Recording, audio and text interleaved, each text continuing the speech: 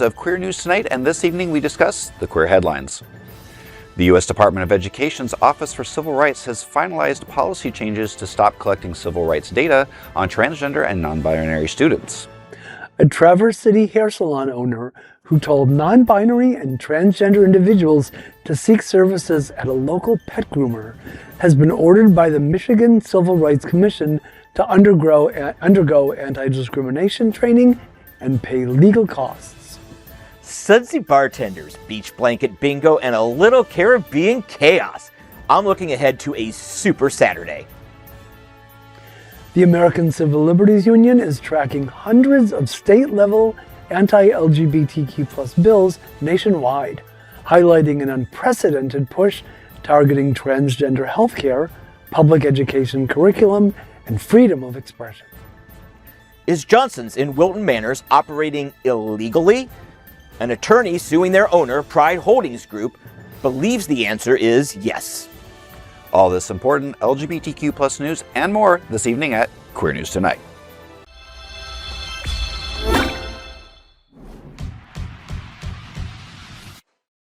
Welcome to Queer News Tonight. This is the world's first and only LGBTQ daily news television show, broadcasting live and available on demand on your favorite streaming channels. Analytics company vidIQ has certified the Queer News Tonight YouTube channel as the world's most popular LGBTQ streaming news show. Our queer stories have reached more than 13 million views. We are proud that Queer News Tonight has more YouTube subscribers than any other LGBTQ+ brand in Florida. We thank you for watching and supporting our voice in the Rainbow family. There is no other news program in the LGBTQ world quite like Queer News Tonight. It is Wednesday, August 5th. We are live and literally out of the closet and into the headlines. So many of your important stories we will tell this evening on Queer News Tonight.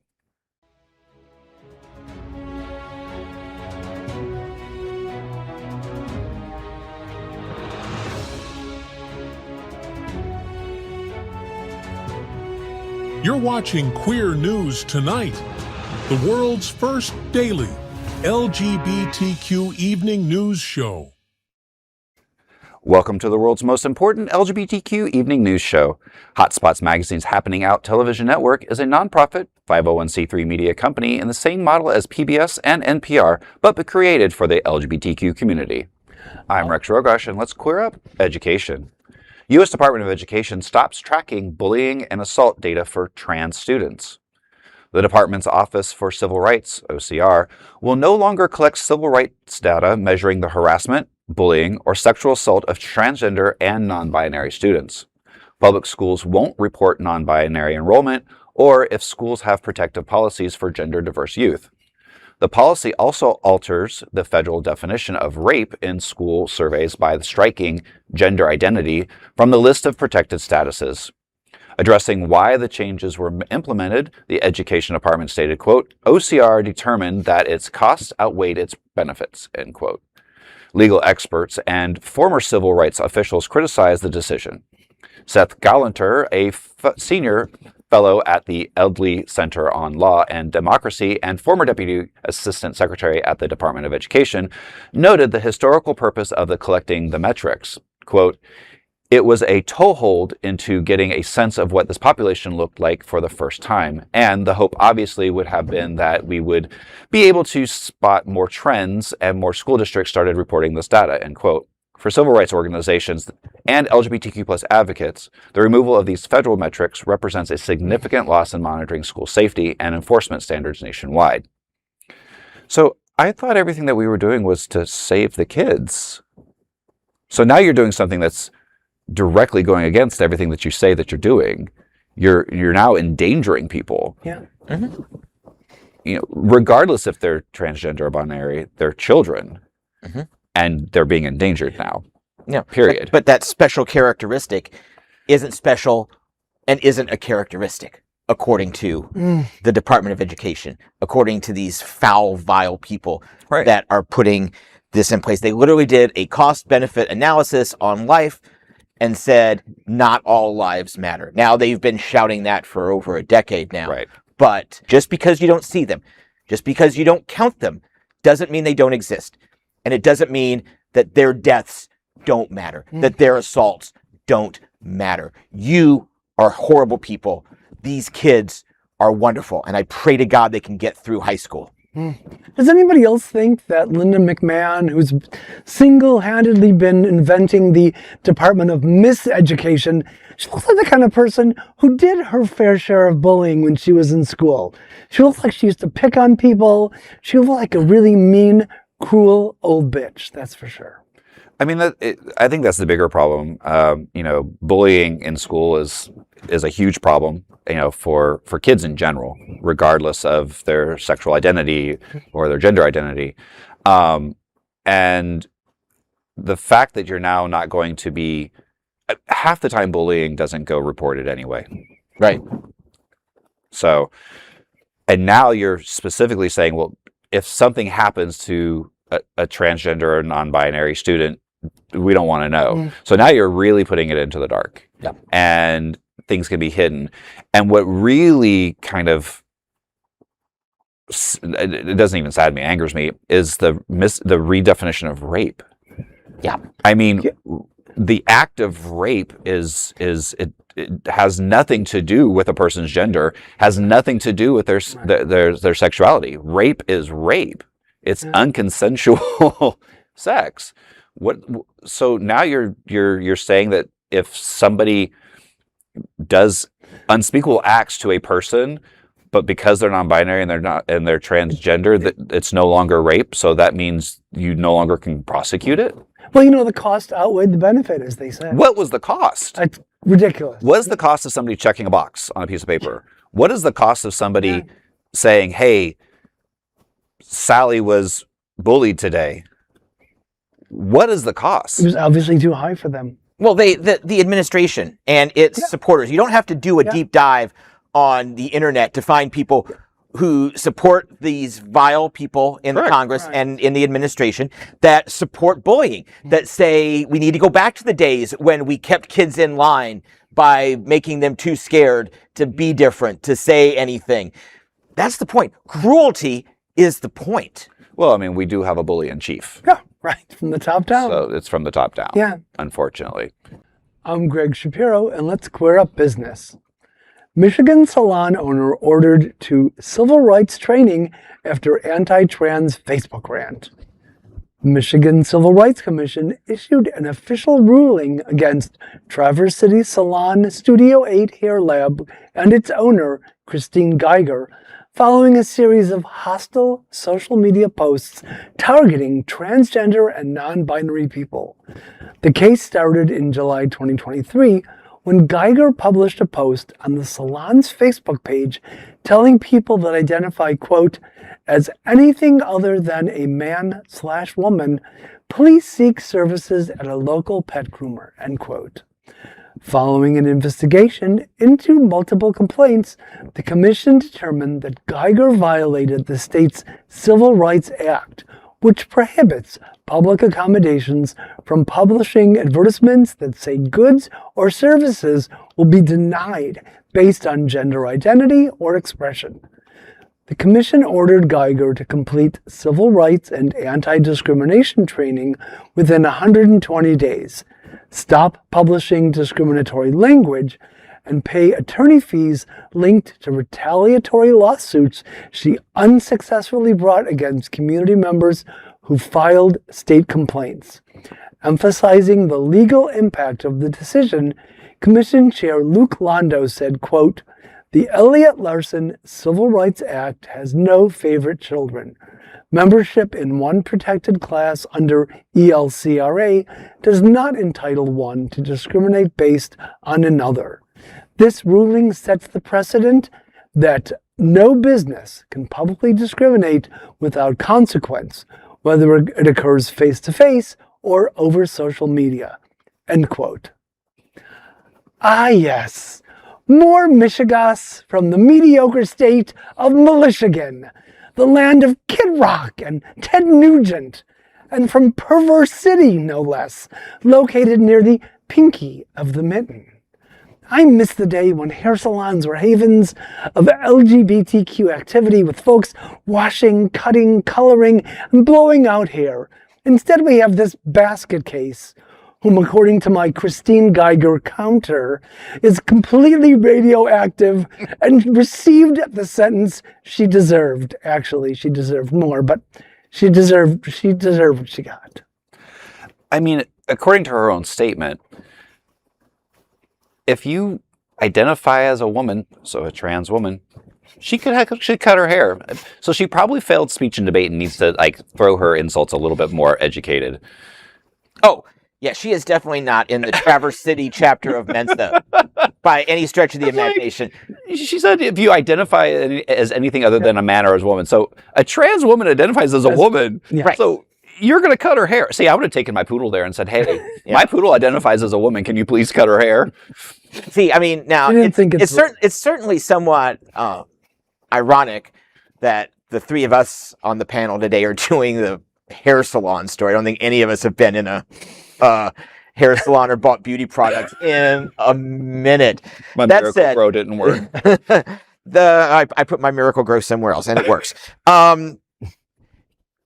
She has taken beauty and turned it ugly.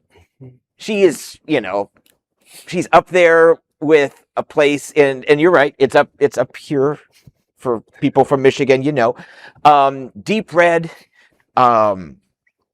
sad people. I mean, literally, there is nothing to do up there from October 1st till generously April 1st. So all they have to do is drink beer, which I'm fine with, and hate on each other, which I'm not fine with. No. The funny thing that I really find is that I guarantee you that half of these places, including this one, who have such idiotic things to say, probably haven't had a transgender or binary person step into their salon in the first place because they know better. Yeah. I mean, I hate to say it, but they know better. And honestly, we are giving this person exactly what she wants. If you saw her post, she's literally saying, come on, civil rights. I'm better than you. Right. I don't need your stinking civil rights. That's in her post. Yeah. So she picked a fight. She lost, but in a way, she won. Hey, everyone, I'm John Hayden, and let's queer up gay culture. 3 great events for 3 great causes. Who said SoFlo summers are slow? This weekend, we're singing, we're dancing, and we're getting wet with our bartenders.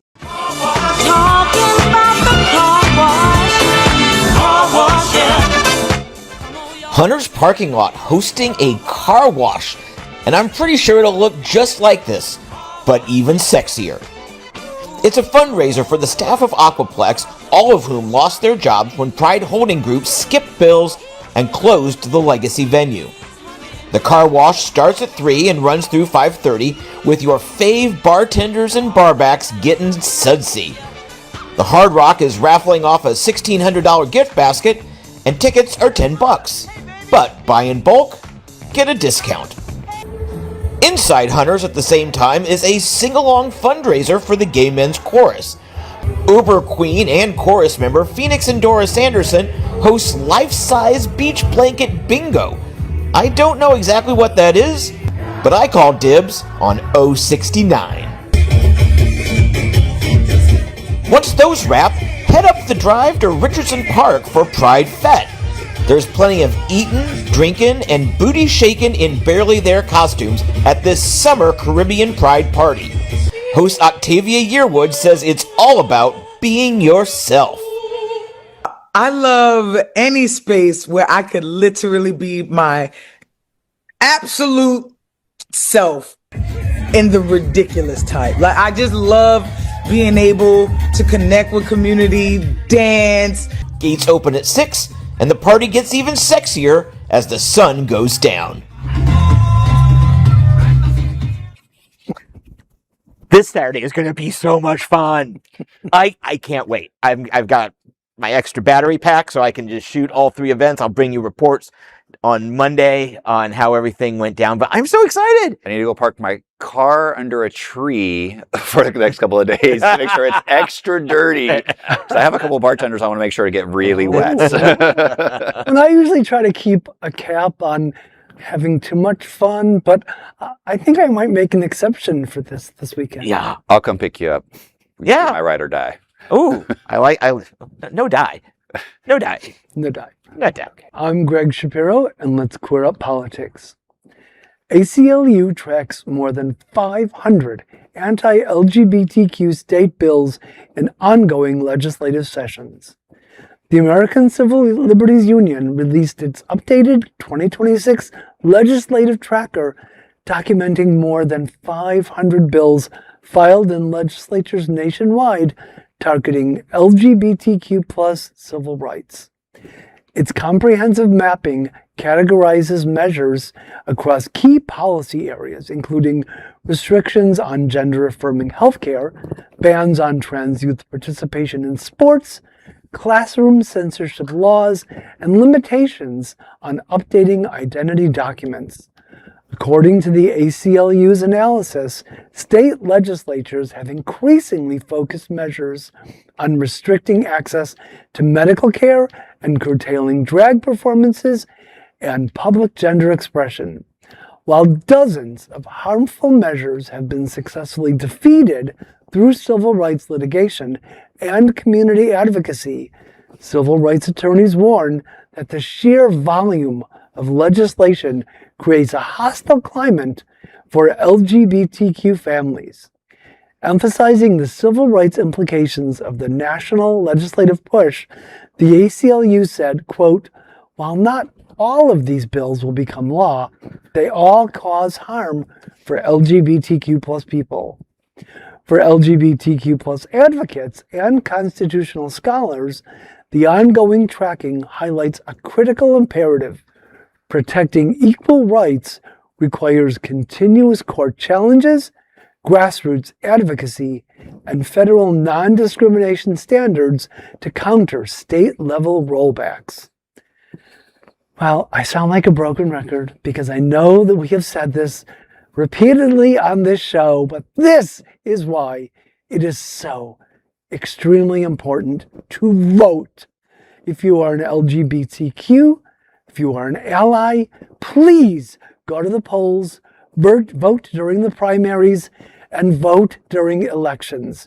Please do your civic duty and participate in the electoral process. Our lives depend on it. You know, I don't want to minimize this at all, but you have to remember a lot of when it says like 500 or 5,000 or whatever the number is, a lot of these are filed knowing they'll never go anywhere. These are filed in New York and Rhode Island and California by Republican legislators who want to show that they're ready for whatever in their state for their next level up or statewide run or whatever. But still, it's telling an entire class of people, especially an entire class of children, that we see you and we do not consider you equal. You are second class, and we're going to make sure you are aware of it. So that's what these bills do. Even if they never become law, kids know that these things are out there and who they're targeted against. Oh, absolutely. I mean, I think youth in general knows a lot more than, say, we did. I mean, they are exposed to so much more than we are. So they are very privy to all these things, and it is very demoralizing. And I think something else that's very important in there, and, you know, along the lines of voting, and unfortunately we'll never see it with this administration, but we definitely need to start working at a national level as well, because unfortunately when some of the national federal protections start to disappear, it triggers state laws that have been sitting there on the books since the 50s, the 60s, and the 70s when, civil rights was even worse. I mean, I hate to say that, even though it seems like we're getting worse. So if the federal protections start to disappear as well, then that actually triggers the state level stuff, and they automatically go into law because that's the way they're written. Yep. So there's a lot of and a lot of people also, I know I have a lot of friends who say, well, if I don't vote, then it's stuff that doesn't affect me, so it doesn't matter. Or my vote doesn't matter because of the Electoral College, or my vote doesn't matter because I'm 1 in a billion. And I'm like, but it does. It does, because one vote could trigger a runoff. One vote can trigger a law to go into effect, and one vote could cancel my existence in this country as a gay man. One vote could cancel my protections from being fired because I'm gay.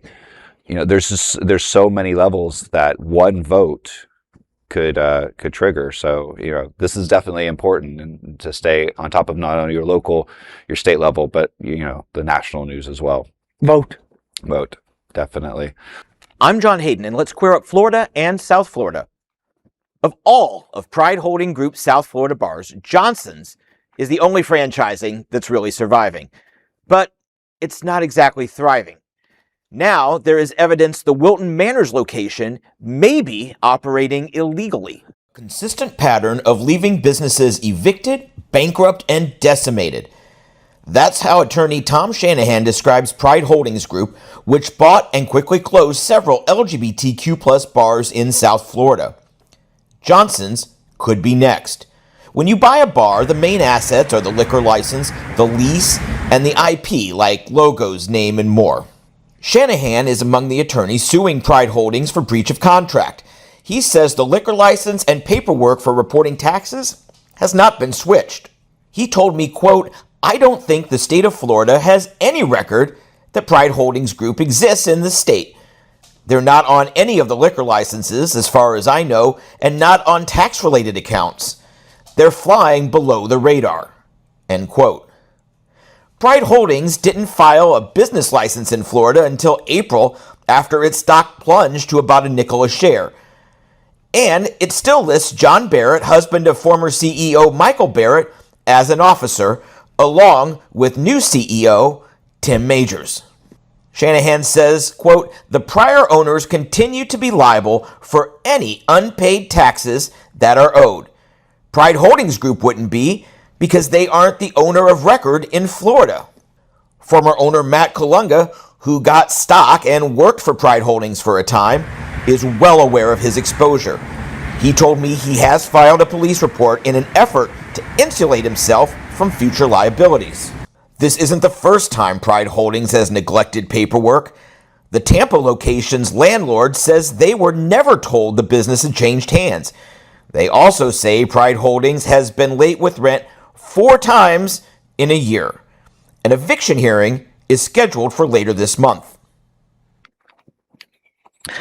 All right, Pride Holdings will be in a Broward County court this Friday, August 7th, for a different case. Shanahan says if you're an employee or ex-employee who had checks bounced, or a vendor with unpaid invoices or other labor violations, please contact him at info@shanahanlaw.com, or the number here on the screen, 754-701-0850. This story just keeps going on.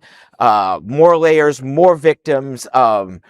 I'm told now that a place in Key West is getting evicted or is in trouble because they were giving their rent money to the Barretts who owned Pride Holdings, or who Pride Holdings Group, who were renting the building. And now 22 and Co. I'm not sure. I'm sorry. I've never been, but now they're in trouble. This story continues to just flabbergast me. And I'm going to be staying on it as the weeks go forward. Yeah, I mean, I have a lot of questions in general, because I've been part of companies that got taken over by private equity fund and private equity companies, and what they've done to companies, and those companies are no longer around. So, I like the fact that there's a lawsuit coming, because, was there a bill of sale, or were they put in as a private equity company and they just infused money into it and gave the owners a false sense of that they were buying it, but it was really, because if they didn't register as a business, there's a lot here. There is a lot here. And that it makes, I hate to say it makes sense, but because I've been on this side from other private equity firms, they load the companies with debt from other companies, take out the money that is the equity, and then close the businesses. That's what private equity firms do. So if it wasn't truly sold, then it makes sense that there's a lot of discovery that's going to happen. Well, buying a business just to shut it down is not illegal, correct, per se. However, along the way, they buy these things and they put them on their website and tell investors, when you buy in, you're buying into all these brands, but they're not saying that these brands are closed, at the moment defunct. I mean, I guess Aquaplex could be revived somewhere. And along the way, they have not, along the way, they've bounced payroll checks. They have not paid rent. They have not paid, according to court documents. They have not paid vendors like cleaning companies. Right. So, But that's why that's where the real thing goes. That's where all the possible. And by the way, there are no criminal charges. Right. These are all civil hearings at this point. Right. So I just want to get that clear as well. That's why I'm questioning it, because as a former business owner, there's a lot of these things you can't do without the business license and the registration. So where were they registered? How are they registered? Yeah. Like, so that's what I'm saying. Like, as an employee, technically, then none of the businesses, if they weren't registered in the state of Florida, then none of those businesses were being operated legally. I am not comfortable saying that as a journalist because I'm not familiar enough with the law, but I know that they are registered in Nevada. They finally registered as a business in Nevada in March. And they've got something where they're registered like as a foreign entity, I believe. I don't understand all the different layers. There's a lot. So I don't really want to comment on that, but I will say there's a lot shady there, and shady is not a legal term, but I would say there's a lot there that is worth my time to stay on top of this story. Absolutely. Pride Holdings should consider changing its name to Shame Holdings. Just a suggestion. Well, there's definitely no pride there. Our nonprofit mission is to support the 11 pillars of our community.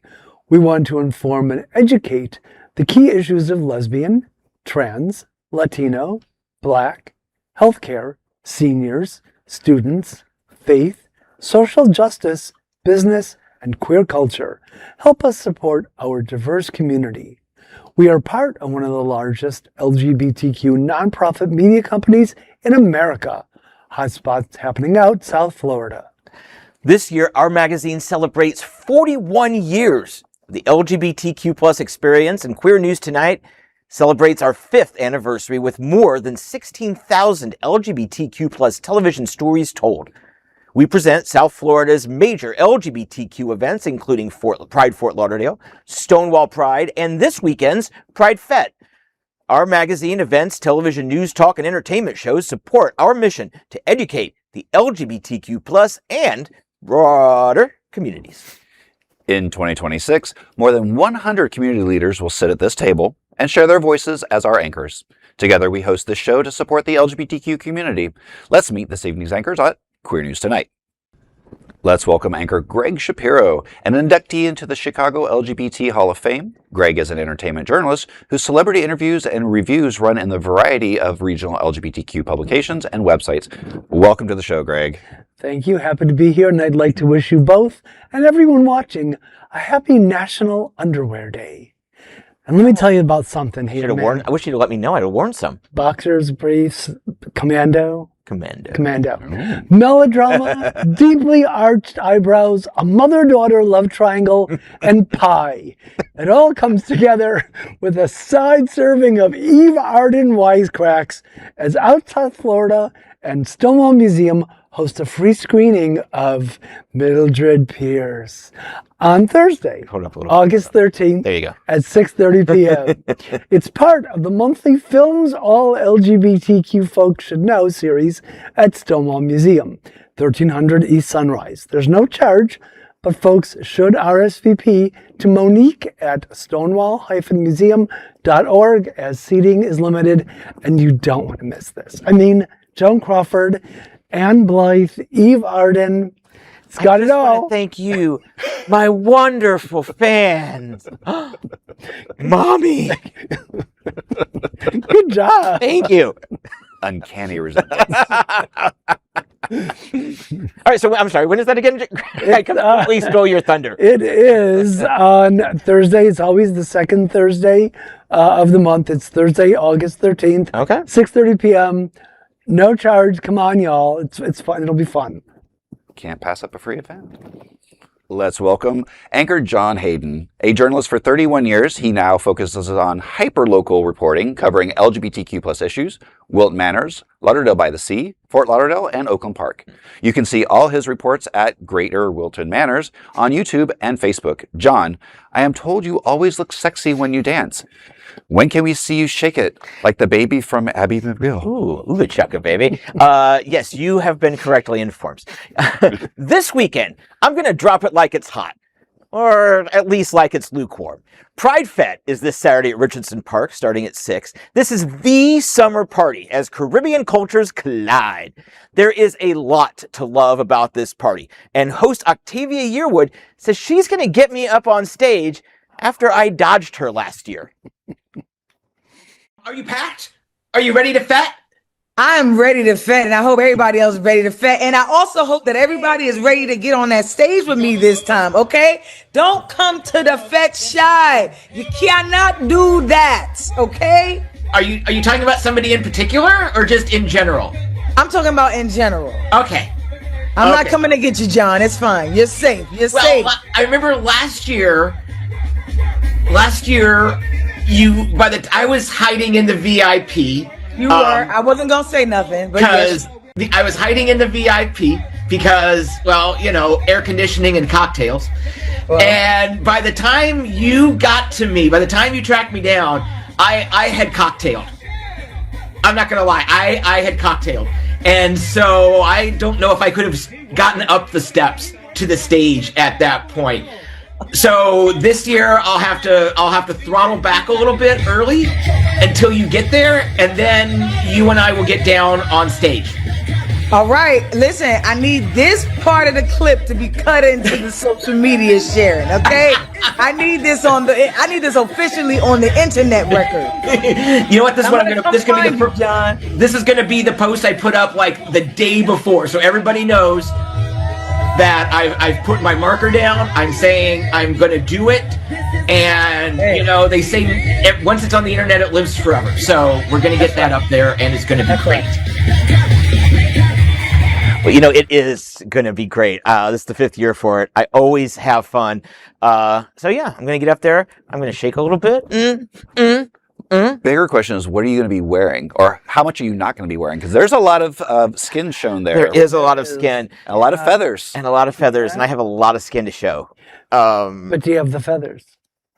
I'll steal the feather. I will pluck a feather from everybody as I interview them, and then by the time I get up on stage, I'll look like a drowned, harassed chicken. I was going to say, let me dig into my drag closet. I might have something for you. Oh, I would love that. Oh. But it is seriously though. Yeah. I mean, everybody should come down. I promise I'll wear enough clothes so that I won't be singed into your mind. So in lieu of that, come on down. It really is going to be a great time. I love it. Well, and I love that it's yet another part of our community. It's showing other parts of the culture that are part of our community. So it's definitely something that everybody should partake in. Absolutely. Worth the price of admission. Which is $7 if you buy your tickets in advance. That's nothing. That's less than a cocktail on the drive. Right. And of course, let's welcome tonight's lead anchor, Rex Rogosch. Rex is a visionary designer with more than 30 years of experience in product design, interior design, and architecture.